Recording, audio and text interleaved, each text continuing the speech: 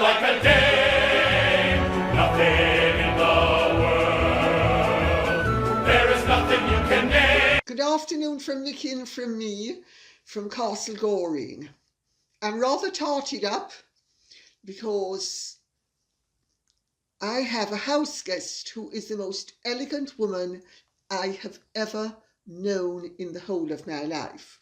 And since I met and knew in varying degrees Jackie Onassis, the Duchess of Windsor, Babe Paley, Gloria Guinness, who was known as La Ultima because of her superb elegance and style. And this friend of mine is the most elegant woman ever. So I have pulled out all the stops. So, hope you approve. As long as she does, I'm going to be very happy. So without further ado, I will plunge right in. Royal Watcher says, Lady C, are there rules we the public don't know about concerning dress codes for royal women? If there are, can you tell us what they are? What are the consequences for following them and breaking them? Actually, there are codes of conduct where attire is concerned for royal women. You must be glamorous, or as glamorous as you can be. You must be as striking as you can be. You must remain tasteful at all times. You must never stray over the boundaries of tastefulness into tastelessness, which is what will happen if you are unkempt, if you are not polished, if you, I'm trying to find a polite way of putting it. If you look dishevelled, if you look as if, I'm so great and grand, I don't care. The message I'm giving is, I'm just so chic and great and grand that I can look like a bit of a mess. Very inelegant. It breaks the dress code for royalty, which should be kempt, K-E-M-P-T, at all times, not unkempt. I will not mention a certain woman who joined the royal family and is a study in a failure in terms of royal attire. Not right yet, at any rate. I will first of all start out with, it's not only royal women, incidentally, it is first ladies as well, not presidents or heads of state, so much as first ladies. Jackie Kennedy set the bar very high with first lady attire, very chic. She was not allowed to dress in anything publicly in America except with American designers. Hence why Oleg Cassini, who incidentally I knew slightly, he and his brother owned a club called Numero Uno, which in 1968, if I remember correctly, into 1969 was the chicest, most fashionable club in New York for about a year. His brother was the gossip columnist Charlie Knickerbocker, and he was the designer. They were half Russian and they were counts, Count Oleg and Count Igor Cassini. And JFK insisted that Jackie, who loved Chanel and loved Dior, that she wear only American designers. So she got Oleg Cassini to really emulate and almost replicate the style except on one occasion when she wore that pink suit from Chanel the day at Dallas. That's the only time she was allowed to wear a foreign dress, except when she was abroad. For instance, on the state visit to France, she wore that wonderful Givenchy gown. Jackie set the bar pretty high for elected first ladies. Before that, the bar wasn't so high. Eleanor Roosevelt looked very much like a very plain upper-class woman, which is what she was. Mamie Eisenhower, not chic. But after Jackie, the bar was set high for American first ladies. Royal women more or less have the same rules. You must only, by and large, wear the designers of your own nation. It is a solecism to be seen out in public, except very occasionally, in dresses from foreign designers. You are supposed to be promoting your national designers. There are some wonderful examples of royal women who have set the bar equally high. Diana, Princess of Wales, comes to mind. The Queen, Princess Margaret, when they were young, they were ultra glamorous. They were actually as glamorous, if not more glamorous, than Diana. A word of warning that had to be whispered into Diana's ear was that she had strayed over the line into hyper-glamour and that her clothes had become too important a part of her public image. And she was making the mistake that Marie Antoinette had made. Now, in fairness to Marie Antoinette, the queens of France were obliged, according to court etiquette, to dress in the most extravagant manner. Marie Antoinette was simply fulfilling a perfectly valid part of her role as queen. It just so happens that at the time, the fashions were extreme. Panniers, which made, in fact, downstairs, we have doorways that are bent so that women in their panniers, the baskets that made their dresses about 6 feet wide so that women could slither in through doorways. Of course, Marie Antoinette then got criticized very greatly. So ever since then, there has been an awareness that it does not behoove a royal woman to stray too far into hyper fashion, hyper glamour. But as you can appreciate, it's a very fine line for a royal woman to tread, because she must be glamorous, she must be striking, she must be stunning, she must stand out from a crowd. She must not wear mourning colors. She must not wear black or grey or white constantly or even regularly. Very infrequently if she wants, but by and large, it's a no-no. She needs to stand out from the crowd. I'll give you a few examples of women who get it right. Catherine, Duchess of Cambridge. Yeah, I know her gold Jenny Packham James Bond dress has come in for a lot of praise. You can depend upon it. There will be only a few of those moments in her royal career. Wow moments are not on as a regularity. They are only on as an infrequent occurrence. Other royal women who dress magnificently: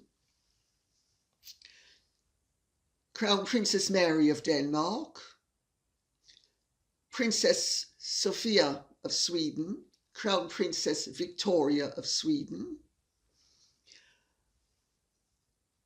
Queen Maxima of the Netherlands, Queen Mathilde of the Belgians, and they dress relatively conservatively, but Queen Maxima, who is Argentinian, she does not hesitate to pull and push, punch, as and when she wishes to.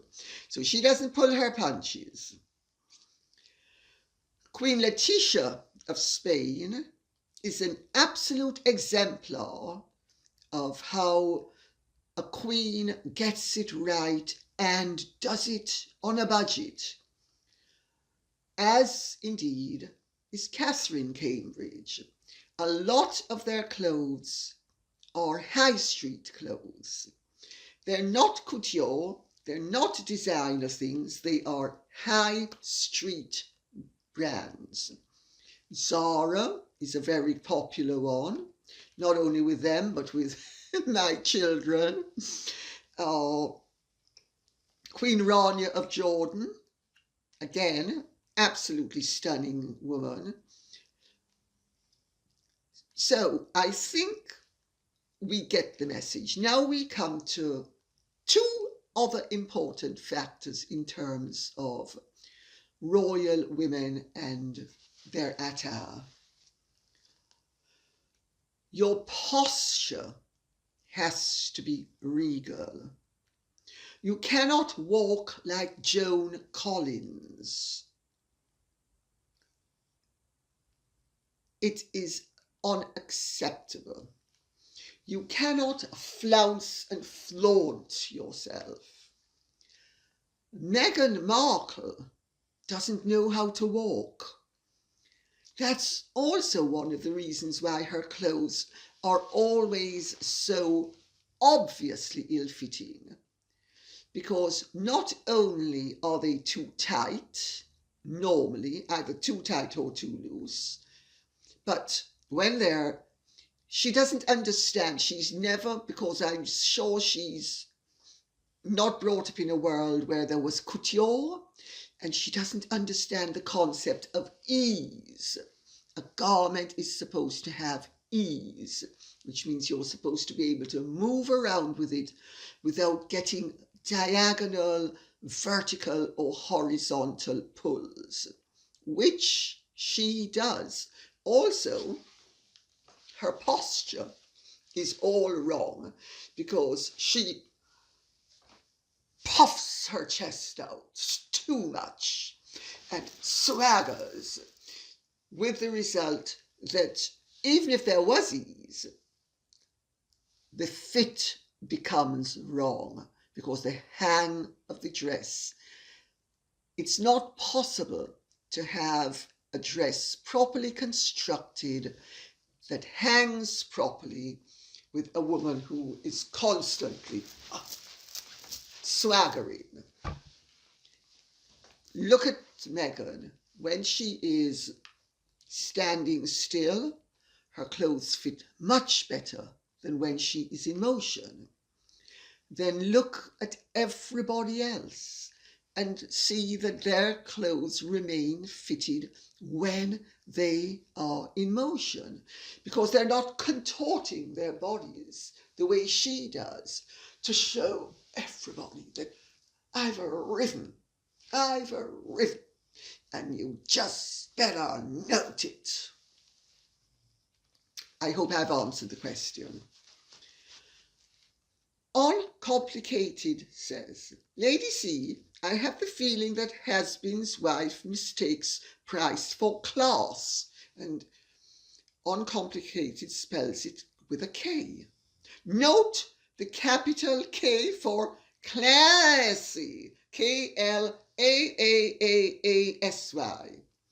I think she assumed she would be considered the best dressed human because of the price tags on the hideous, horribly fitted set of rag bundles she wore, including in New York. Would you agree? Yes, I do agree.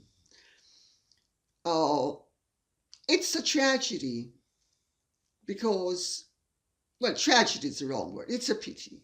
It's a pity because somebody who tries so hard and wants so much to be a success, to see them fail, when if they had the humility to learn how to behave, they might actually be more of a success. It's sad.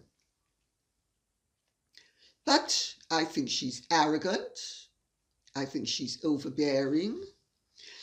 I think she thinks if something is expensive, it's going to be desirable, and doesn't understand. And let's remember, when Meghan was a working royal, her wardrobe cost more than every single other royal female in Europe and the United Kingdom. That should tell you something, the amount of money she was spending on clothes. But no matter how beautiful a dress is, if you don't know how to wear clothes and you walk like an exhibitionistic scrubber, you should hardly be surprised if the intention of the designer is perverted by your demand to flaunt your wares. I'm being very catty, but I think it warrants it. Katie Katz says, I didn't realize Cat and Catty had cats. Anyway, Catherine seems to wear high-end, ready-to-wear clothes, where Meghan's wants only to be seen in designer clothes that are not normally found in shops. Harry's wife seems to think she was drafted into a role on Dynasty when she married. During Diana's time in the family, she dressed in designer clothes unless she was being very casual, just like the actresses on the nighttime soaps that were popular at that time. The 80s were a time of over-the-top excess. Times have changed, but Harry's wife is stuck in the 1980s mindset. Do I agree? I hadn't thought of it like that, I've got to say. But of course, Meghan grew up in the 1980s. So as a little girl, she would have been looking at the fashions of the 80s. You know, Nolan Miller, the massive shoulders, the hyper-glamorous everything. Maybe she is stuck in the 80s. Maybe this is her idea. But I'm not sure it's 100%. Well, actually, it could be. I was going to say I'm not sure it's 100% so.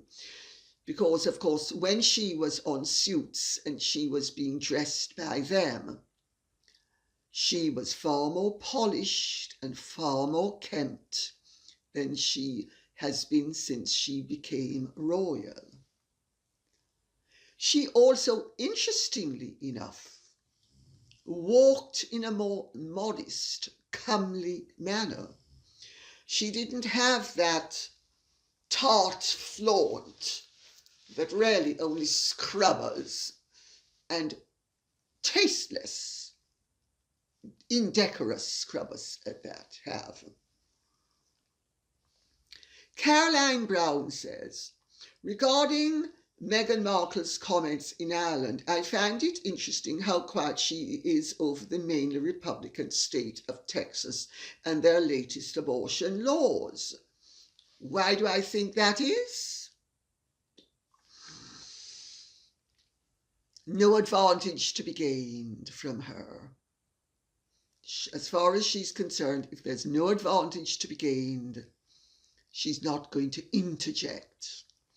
Her politicisation in England was to make a point and was to prove that she couldn't fit in. Now that she's fitting in her opinion and the opinion of her followers, very succinctly and quite possibly partially in the democratic world in America, party world, not necessarily the Democratic Party supporters, because I know many Democratic Party supporters who are actually appalled by Meghan. So I don't think it's necessarily the grassroots party supporters. But she feels she's perfectly acceptable and she's using them, they're using her. She doesn't need to rock the boat. Only when it suited her to rock the boat was she doing it. And she'll do it again when it suits her. I actually think that's a hopeful sign, because it means that maybe she's finally getting a handle on what is acceptable and unacceptable conduct. Although I suspect a rose is a rose is a rose, and an exploiter is an exploiter is an exploiter, and a hustler is a hustler is a hustler. And it is very unlikely that a hustler is going to become a rosebud, or a rosebud a hustler. Amira Khan says, don't you find it amazing that amid scabies could cast shade on the Duke and Duchess of Cambridge for taking an unscheduled flight to Northern Ireland, yet find it's okay that Harry and Meghan flew from New York to Santa Barbara on a private plane?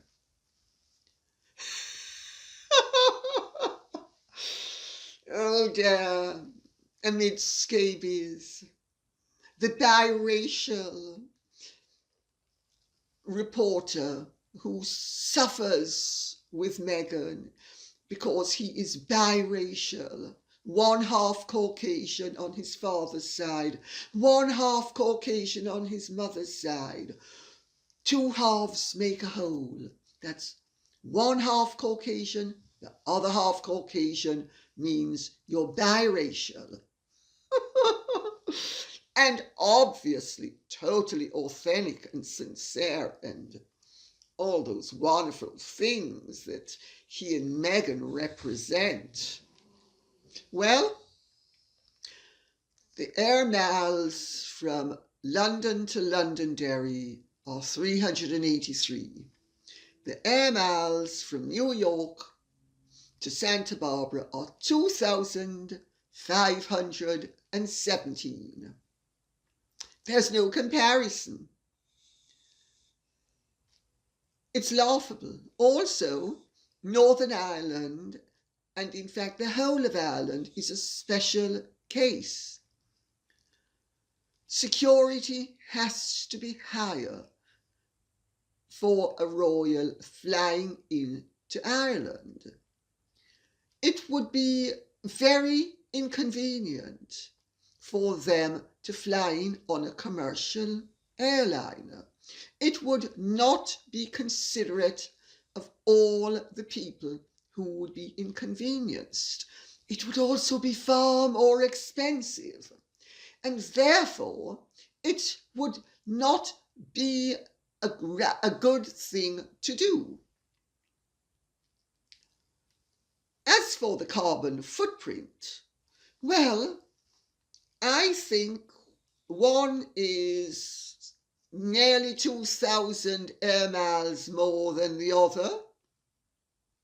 How many trips could Catherine and William have taken when Harry and Meghan took that one trip? And let's remember, they did it back and forth. So let me see. I'm not very good on math, but maybe 8 trips. So their carbon footprint was 8 times greater. Also, for what it is worth, Meghan and Harry were not under any compunction in terms of security. Their security and their threats to their existence are entirely in their own head to make themselves feel more important than they are. There was no reason for them to fly by private jet to or from New York. There was every reason for Catherine and William to take an unscheduled airliner.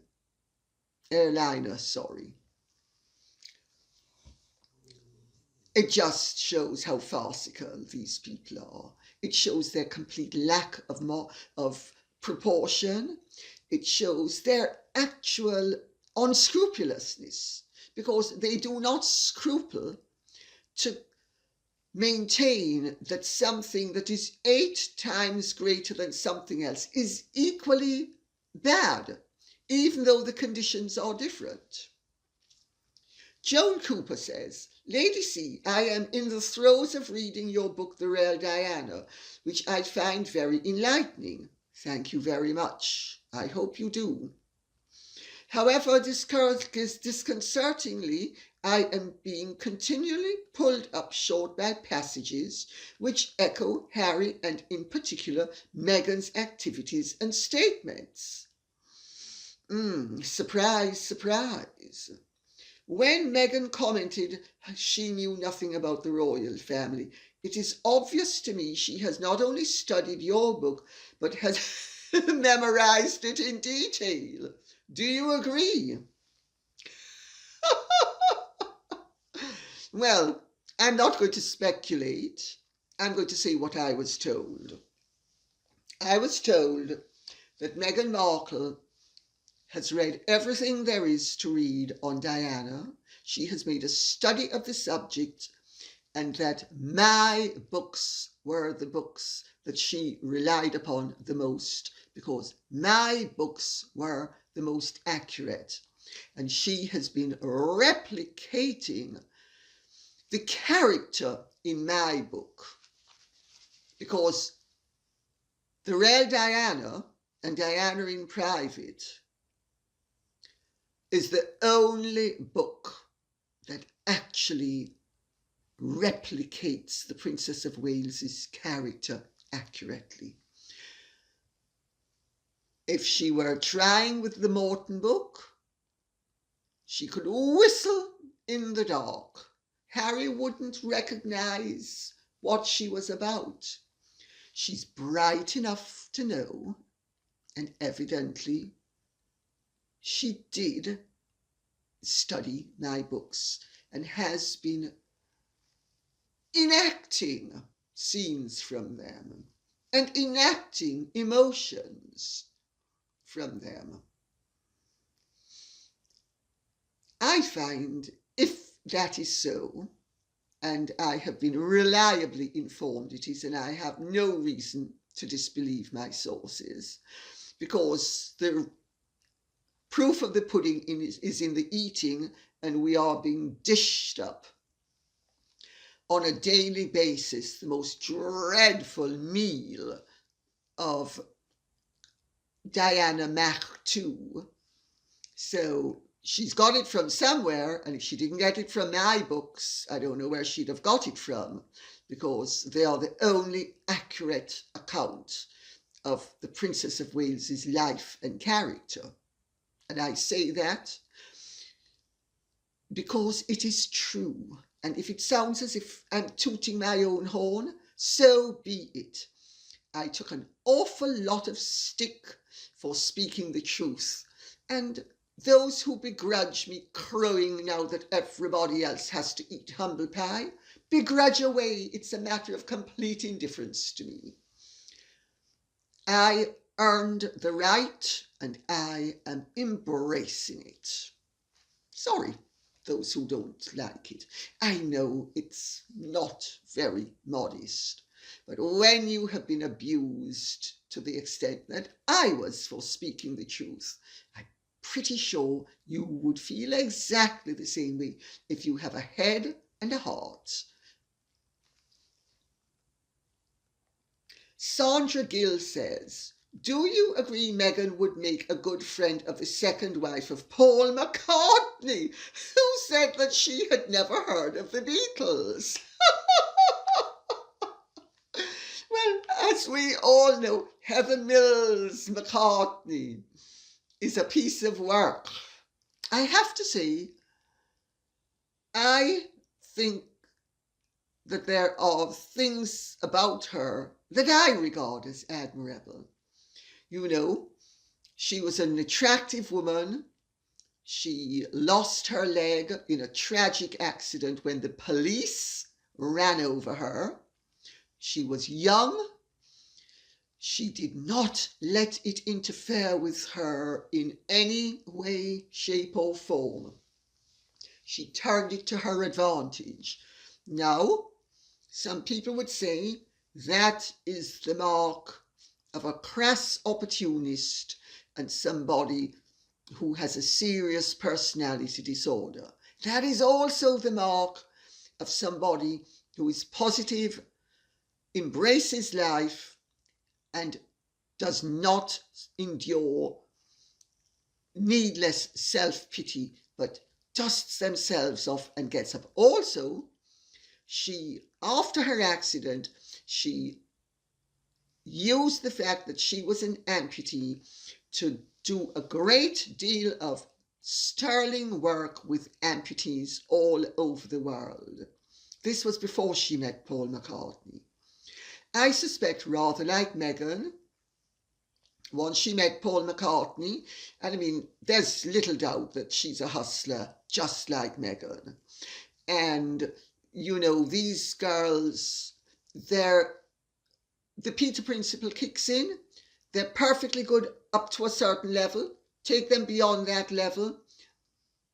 They don't know how to function. Their importance is exceeded only by their lack of insight and their ignorance. Their self-importance, I should say. Well, she had her comeuppance, and Meghan is getting her comeuppance, because neither of them coped well with being elevated into a category which really they were clearly ill-equipped by personality, intelligence, insight, inclination, character, background. I mean, each of us has our own level, and it behooves us to acknowledge what it is and to embrace it and be happy with it. That's what covetousness is the opposite of. Covetousness is one of the 10 cardinal sins. It's when you are too ambitious, when you don't know to count your blessings and be grateful for what you've got, and you become pushing, upwards, till, like Icarus, you singe your wings and fall back to earth. I think the parallel between Heather Mills McCartney and Meghan Markle is a very good one. I do think it is a very good one. Thanks for bringing it to my attention. Here we go again too, says some of these names. Lady C, Mickey's painting is a very good likeness. I enjoy all your videos, both your presentation style and factual information. Thank you. Big block capitals. Thank you. And you also said some very nice things before, which I have not read out. But thank you for them. Is it true that the British royal family once considered a member of the Luxembourg royal family for Prince Charles, despite her being raised as a Catholic? I honestly don't remember if it was a member of the Luxembourg family or if it was a member of the Belgian royal family. I think it was Princess Astrid, but I can't remember which family she was from, and I'm afraid I've not been able to check it out. Please forgive me. I've just been too busy. Sorry. But it doesn't matter. Both families are Catholic. And no, the press invented that connection. No. The press invented it. There was no prospect of the British royal family agreeing to a marriage between the Prince of Wales and any Roman Catholic. He would have lost his place in the line of succession. And he has been trained from birth, and he would not be relegating his position. The Queen would not have wanted him to. Nobody would have wanted him to. So that was just press garbage. Maria W. says, in the USA here, it's starting to look like the phoning publications are waking up to reality when it comes to the Sussexes. Just this week alone, Prince William and Catherine were featured in a very flattering light on the cover of People No Less, while on the cover of In Touch showed the Sussexes in an indulgent, hypocritical light. Does this mean we can expect more of this? There's another part to the question. I'm going to answer that first part because the other part is long. Yes, it was only a matter of time before the publications that are not being smothered by the Sunshine Sachs scenario realize that there's a valid news story here, and it's not the pap that their PR are actually feeding the press. It is a true tableau vivant. It is a wonderfully entertaining, sometimes distressing, sometimes sad, but always fascinating exercise in folie de grandeur, folie à deux, walking, talking craziness.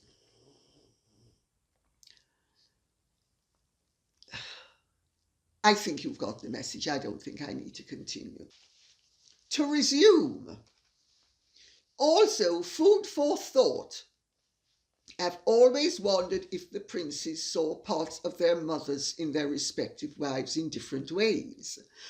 It appears Prince William chose a woman with Diana's positive attributes: compassionate, beautiful, smart with clothes, whether dressing down or up, relatable, family-oriented, and passionate about causes that deal with children, while Harry picked Diana's darker personality traits: unstable, neurotic, self-indulgent, obsessed with the press, with a penchant to self-victimize. Though, to be fair to Diana, she was much, much younger when exposed to the fame, and in a way had her adolescence on the world stage. while Meghan married into the royal family the same time Diana was reforming herself and becoming more stable. Has anyone else wondered about this? That's a very good observation and question. And I have wondered about it. And I have actually gently hinted at it in the past. The two brothers have divided up their mother's personality traits. One has gone with the side of light, and the other has gone with the dark side.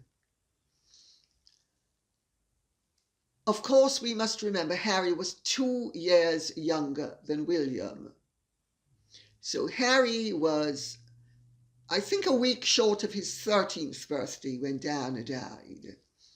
And William was already just 15, because if I remember correctly, William is born in July, Diana died at the end of August, and Harry's born in September. So there's 2 months and 2 years, and 2 months between the brothers. I know the Harry supporters like to say that Harry was 12 and William was 15, and there's a 3-year age gap. There isn't. There's a 2-year age gap. Those 2 years could be fundamental. Many years ago, I read a very interesting psychological paper on failure to mourn and melancholia. And it was about children up to the age of 14 whose parents die. So we need to cut Harry some slack here, because he was 13. Just short of 13, but he definitely was well short of 14. William was a year older than 14.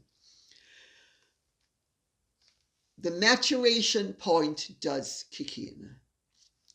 Other things kick in as well. Harry was deliberately brought up by Diana to regard himself as an equal in every way to William, even though they both knew that William would be king and Harry would not be king. She did this to level the playing field. It was a fatal mistake to make.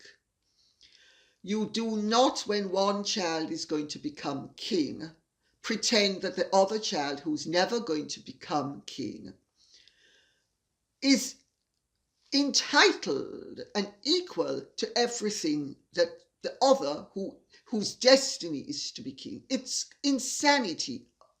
It is crazy. It is irresponsible. Yes, I think she did it out of the good motives, but what an error to commit. She set up the situation for Harry to have the massive second son complex that he has. And I address this in my book, Meghan and Harry, The Real Story. And it kicks in with this observation that has just been made. The brothers have divided up the qualities of their mother and the failings of their mother. But Harry, we need to understand, possesses a lot of the failings of Diana. Harry loves the attention. You know, this nonsense about, oh, I can't stand the cameras. Every time I see a camera, it takes me back. It's rubbish. Look at how he just loves the camera. I mean, Mr. DeMille, I'm ready for my close-up, and I'm not even Norma Desmond or Meghan Markle. I'm Prince Harry. I mean, honestly.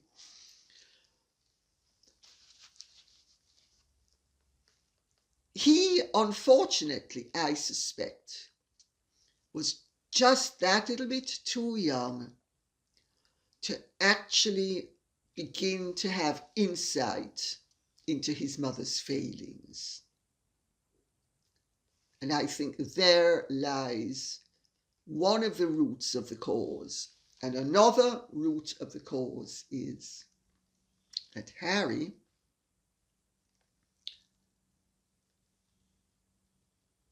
has married his mother, and a woman who consciously replicates all, not only his mother's positives, and fails brilliantly to achieve the effect that his mother achieved, but also the dark side.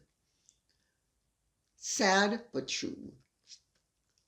And this is no reflection on Diana. Diana's been dead for years, and I actually think it's really tasteless of Netflix and Hollywood to be making plays and movies about her that show her in a very unappealing and unattractive light.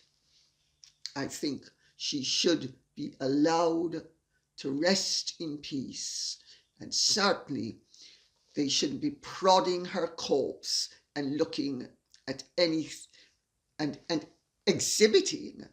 I mean, it's one thing to say something and to write something, but to actually show a woman suffering from bulimia making herself ill?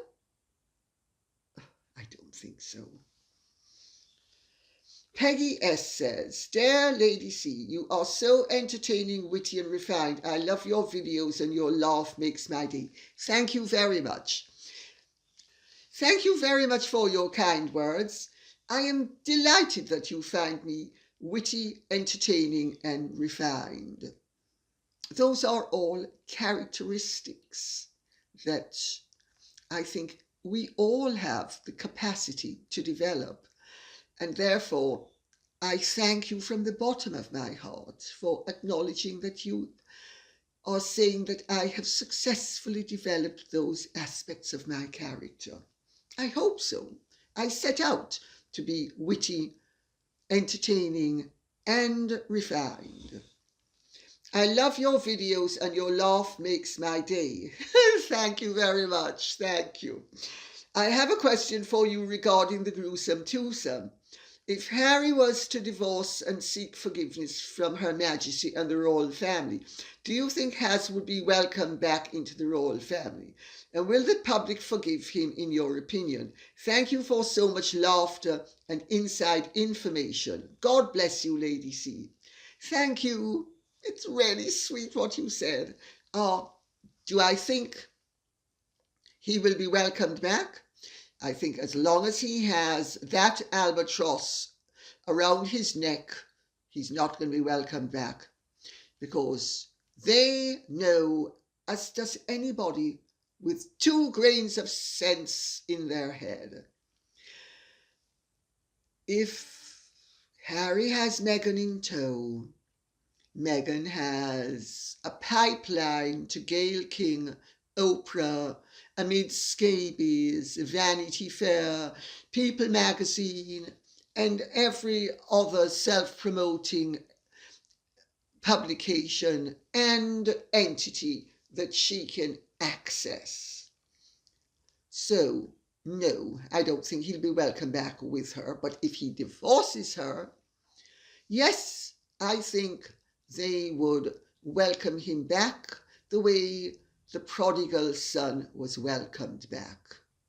Would they trust him? Not at first, maybe never.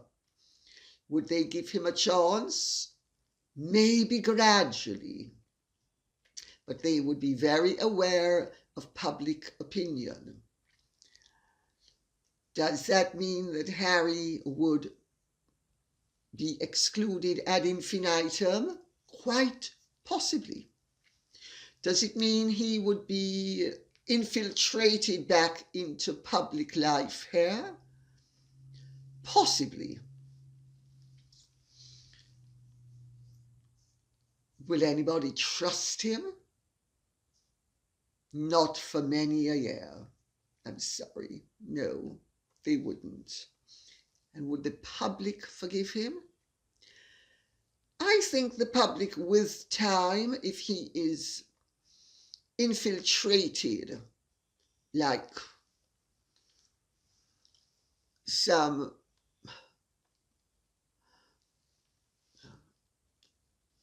I hesitate to use the word that I have in mind. So I'll just say, if he's infiltrated slowly but surely, gradually, as long as he thereafter did not blot his copy with further acts of treachery and betrayal and further kicking of sand in the eyes of the British public, will the British public gradually allow him back? I think yes.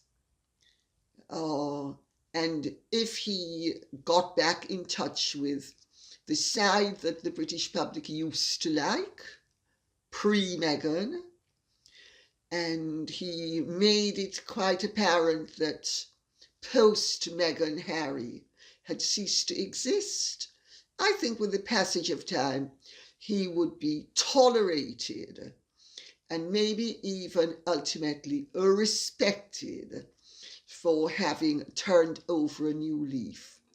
But I do not think that anybody, publicly or privately, would be eager to embrace him, except possibly some nice girl from a nice family who would be happy to be the Duchess of Sussex.